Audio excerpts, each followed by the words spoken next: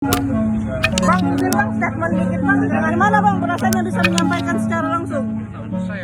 Syederalun terkuaknya AKBP Dalizon dalam persidangan terkait adanya aliran dana ke atasan sebesar Rp300.000 hingga Rp500 juta setiap bulannya menarik perhatian publik. Kini AKBP Dalizon diketahui berstatus terdakwa dan menjalani sidang kasus dugaan penerimaan suap atau fee sebesar Rp10 miliar dari Dinas PUPR Kabupaten Muba tahun anggaran 2019. Fakta persidangan, AKBP Dalizon banyak mengungkap peranan mantan atasannya, Kombes Pol AS yang pernah menjabat sebagai Diskrimsus Polda Sumsel. Bahkan aliran dana sebesar mencapai ratusan juta diakui Dalizon wajib disetor ke Kombes AS. Meski demikian, hingga sidang hampir memasuki agenda tuntutan, Kombes AS tak kunjung hadir ke persidangan.